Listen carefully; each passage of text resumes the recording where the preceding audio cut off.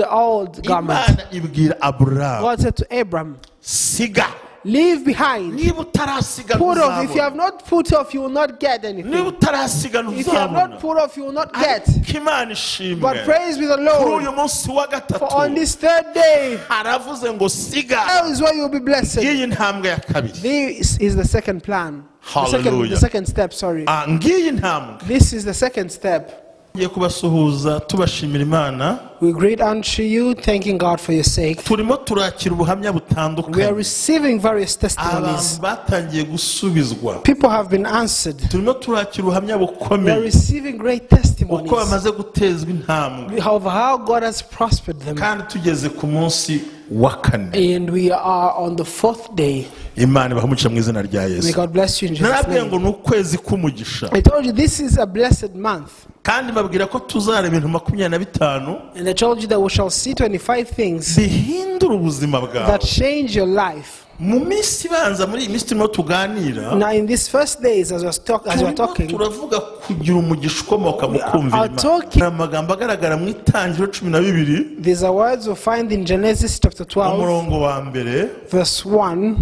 havuga ngo Uwiteka ategeka Aburahamu ati, va mu gihugu cyanyu, siga umuryango wa so n'inzu ya so, ujye mu gihugu. Imana ishimwe cyane. Now, the Lord had said to Abram, get out of your country, from your family, and from your father's house. Go to a land that I will show you. Praise be the Lord. Amen, amen, amen. Uyu munsi ndagira ngo turebe ijambo. To go. Mbere yaramubwiye ngo va. First, he told him, get out. Ku jambo kuva ni ukuva ku bintu byara. The word to get out is to get out of certain thing. Hari umuntu uva mu mwanya yari arimo, There's a person who gets out of a certain place or akajya in, iruhande rwaho, they go close to it, ariko ntagende. but they do not go. Iramubwira ngo kandi usige, And I said, leave. asige. To leave. Ariko ashobora kuva iruhande ho gato, He might leave a little. ariko ntagire ibintu asiga. So he might get out and go a little, but not leave some things behind. Noneho Imana iramubwira Aburahamu ngo Now God said to Abraham, now, genda, and go. va, siga, genda. Get out, leave, and go. Urumva haramubwiye ngo nagende. Now he told him to go. Mwibuke mu gihe cya Yesu Kristo kwanza kudupfira ku musaraba, Remember in the days when Jesus Christ had died for us on the cross. amaze kuzuka intumwa zimubuze, After he rose from the dead and the disciples couldn't see him, ngo asanga ba Petero basubiye ku nshundura he zabo. found that people such as Peter had gone back to their fishing nets. Ati, ndakurikira Yesu ariko nzaho nasize urushundura. I would say, I'm following Jesus, but I know where I left my net. Abuze Yesu ajya gushaka rwa rushundura, And when Jesus was no longer there, he went to seek the net. ariko yarayaroba ntacyo yabonye. But he fished all night and did not get anything. Ariko yusize, But when you leave behind ukava, and you get out, ugasiga, you leave behind, hakabaho and kugenda. then you go. Umugisha wo kugenda, The blessing of going, yes, ni ugusohoka muri wa mwanya w'uburemwe. it is getting out of that place where you are not Uburyo blessed. bw'umwuka Spiritually, ni urugendo rutuvana mu cyaha, it is a journey taking us out of sin, ugasiga ibintu byose, where we leave all things behind ugasiga na za nyungu, and we leave all our gain tukagenda, and we go. ukagenda. You go. Rimwe uzahura n'abajyanama You often meet advisors kugira ngo ushobora kuba warabuze who tell you maybe you're a fool. tekereza neza. Think well. Abarokore baratuyobewe. We are confused when it comes to Christians. Why? Nigeze kugira akantu kamwe, sinkunda gutanga ubuhamya ku buzima bwanjye, I do not love giving testimonies ariko about ni my muri aya life, mezi nk'abiri atatu aho, but it was about 2-3 months kubera uturimo nkora twa leta mu baturage aho ngaho, because of certain government duties that I have duto cyane dusanzwe. or some responsibilities that I have. Njyewe umuntu aransanga, A person found me. arambwira ati ndashaka guha umubare runaka, He came to me and told me, I want to give you a certain ariko number, unyemerere nkore bino bintu. but let me do this and that. Naramwitegereje, I looked at the person. urumva amafaranga aje Now money came. ntiwayavunikiye, Money is coming. You did not earn it. You did not toil for it. kuyarekura si benshi bayareka. Letting go of it is not everyone who will let go of money simply. Ariko iyo wibutse uriwe, But when you remember who you are, iyo wibutse n'icyo, when you remember what you are, narababwiye ngo I told the ayo person, nakiriye I will not take the money, kandi nta n'ibyo uzanakora, and you will not do such a thing. ahubwo genda ukurikira ibyo bagusaba, Go and follow everything that you're ujye mu required murongo to w'ibyo follow, bagusaba, and go and be in accordance to everything you are requested, and they will let you do such a thing. ibyo ni ibintu byoroshye. Those are very easy things. Urumva uti nayakira nkayafata, I could have received the money, taken the money, ariko icyo ufite ntabwo uragenda nk'uvemo. but the problem you have not yet left the one out Urashaka of it. gusubizwa vuba, urashaka gukira vuba, You want to be rich quickly, you want to be answered very quickly. urakoresha uburyo butari bwiza. You are using very poor means. Abantu benshi rero Yet so many ntabwo baragenda. have not gone. Va, Get out, siga, leave behind, genda, and go. siga ruswa, Go, leave that corruption. siga ibyaha byose, Leave all sins and go. umugisha urimo kugenda. The blessing that is in Ni going, ukuvuga ngo ni ugusohoka i Babuloni, it is coming out of Babylon, tera intambwe and you make a step. iva mu kibi ujya heza, Coming out of evil, going to good things. intambwe igusohora mu The kibi, step that takes you from evil, intambwe ikujyana ahantu and the heza, step taking you to good things. umugisha wo kugenda So the blessing of going ushingiye mu kumvira Imana, that is found in obeying God, ugasohoka muri icyo kintu, and you come out of that thing. ukavamo ukagenda, You come out and go away, ugahindura tike and you wagenderagaho, change even your ticket, ukavuga ati tike yanjye nsigaye ngenderaho and say, now today ni ugukiranuka, my fare is righteousness, kubaha Imana, obeying God. nk'uko umugaragu w'Imana Mose yabivuze, umugaragu w'Imana yo, God said, aho yavuze ngo why he said, gukiranuka kwanjye ndagukomeza. I hold fast my righteousness. Ntemere ko muvuze ibintu by'ukuri, I will not allow that you said true things. gukiranuka kwanjye ndagukomeje, I hold fast my righteousness. naho napfa Even though I die, nzapfa nkiyiringira. I will always have hope in him. Hallelujah. Hallelujah. Urumva ko nubwo yari afite ibibazo, Even though he had problems, ariko yakoze urugendo he made a journey rusohoka mu kutubaha Imana, ajya kubaha Imana. coming out of disobedience towards God, going to obeying Yasohotse God. mu kutumvira Imana, ajya kumvira Imana. He came out of disobeying God to obeying God. Yasohotse mu kudakiranirwa, mu gukiranirwa ajya mu From gukiranuka. unrighteousness to righteousness. Yasohotse mu bitari bishimishije Imana, From all that was displeasing to akora God, urugendo rumujyana aho kubaha Imana. journeyed to the fear of God. Arababwira ati jye mfite And amakuru, he said, I have information. naho igiti cyatemwa Even though a tree is cut, kizongera gishibuke, it shall rise again. kuko amazi naboneka kizashibuka, For when it finds water, it shall rise. kizajya kigira It will ibitontome, sprout with beautiful leaves and green kizajya leaves, kigira ibitontome. with green fruits. Urumva yari ashatse gusobanura iki? So what did he want to say? Yakoze urugendo He had a journey. rwo kudashinja He Imana, made a journey of not blaming God, rwo kumva ko Imana bari but kumwe, understanding that God is with him. kutavuga nabi Imana, Not speaking wrong over kutavuga God, nabi abantu, not speaking wrong of people, ahubwo yinjira mu rugendo but he entered a journey rurimo kubaha Imana.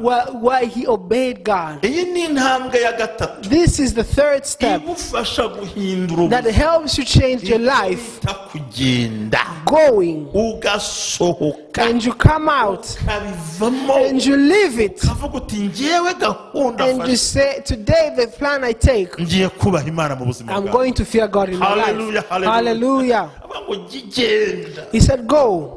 Mutekereze kuri aya magambo. Think of these words. Aburahamu yaragiye Abraham went, kandi ntiyaburanye ngo njyanye he, and he did not complain and ask, where are you taking me? yaravuze ngo Because he said, Imana God, amaze kuva once he left, gusiga once he got out, left no behind, kugenda, and went his way, hari icyo Imana yamubwiye, there is something that God told him, aricyo tuzakomerezaho ku wundi which is what we'll continue with the tukubwira second on the icyakurikiyeho. fifth day. Tell you what Abantu followed. bakeneye ko batarakora izo There are polisi. things that people need, but without fulfilling such conditions, some conditions. Mwibuke Remember very ijambo well ry'Imana itangiriro 25 the word of God, Genesis 26, baravuga ngo hatera indi nzara says that another famine struck, ariko atari inzara imeze nk'iyo kwa Aburahamu but not like the famine of the days of ngo Abraham. maze Imana ibwira uwitwa Isaka And God said to Isaac, avuga ati nturirwe ujya mu Egiputa do not run to Egypt, do not go down to Egypt, ahubwo ujya mu Bafilisitiya. but go in the Philistines. Oh, hallelujah. Hallelujah. ngo maze aragenda And he went his way. arabiba He sowed arangije asarura byinshi. and he reaped bountifully. iyo agumaho yari kubikura hehe? Had he stayed there, what would he have found it? kora urugendo rutagatifu umutima wawe. Have a holy pilgrimage in your ngo heart. ahageze arabiba And when he got in that land, he sowed asarura ujya mu iki gihugu inshuro 100. and reaped bountifully 100 times more than the people in that country. Imana iravuga ati uyu muntu naguma hano ntabwo azagera kuri misiyo nshaka. And God said, if he stays here, he will not accomplish the mission of what I want to do. ifata Abafilisitiya He took the Philistines bagira ishyari. and caused them to be jealous. Dawidi Isaka baramwirukana. And they sent Isaac out. iyo ukomeje ku mirongo yo hasi And when you read the following verses, nakunze amagambo meza cyane. I love these beautiful ngo words. bakimara And kumwirukana once they sent him away, nibwo yageze aho Imana ashaka ko agera. then they got what God wanted him to get. wambaza ngo ni You hehe? can ask me, where is that? yagira Imana God yagira ngo asibure amariba ya sekuru yasibwe. wanted him to open and reopen all the wells of his father who iyo that were atagenda destroyed. ntabwo yari kuyasibura. Had he not left, he would not have opened iyo those wells adatera again. intambwe ntiyari Had he kuyasibura. not made that step, he would not have opened those wells again. kubera kugenda But because of leaving, arangije agenda ahura n'amariba ya sekuru. he departed and went to his father's wells. ahura n'amariba ya se. He went to his father's wells. ahura n'amariba ya se. He met his father's wells. dore mwabisanga mu gice 26 gitangiriro Read this in Genesis chapter 26. haravuga ku murongo wa mbere On verse 1 it says, ngo indi nzara itera muri icyo gihugu itari yateraga mbere Aburahamu akiriho Isaka Gerari kwa Abimeleki umwami wa Filisitiya. there was a famine in the land besides the first famine that was in the days of Abraham. And Isaac went to Abimelech, king of the Philistines, in Gerar. Amen, amen. Amen. urumva rero amagambo tugiye gusoma tuno tuganira The words you're going to umurongo wa read 12 on verse 12. haravuga ngo Isaka abiba muri icyo gihugu muri uwo mwaka yeza ibirutaho inshuro 100 Uwiteka amuha umugisha. Then Isaac sowed in that land and reaped in the same year 100-fold, and the Lord blessed him.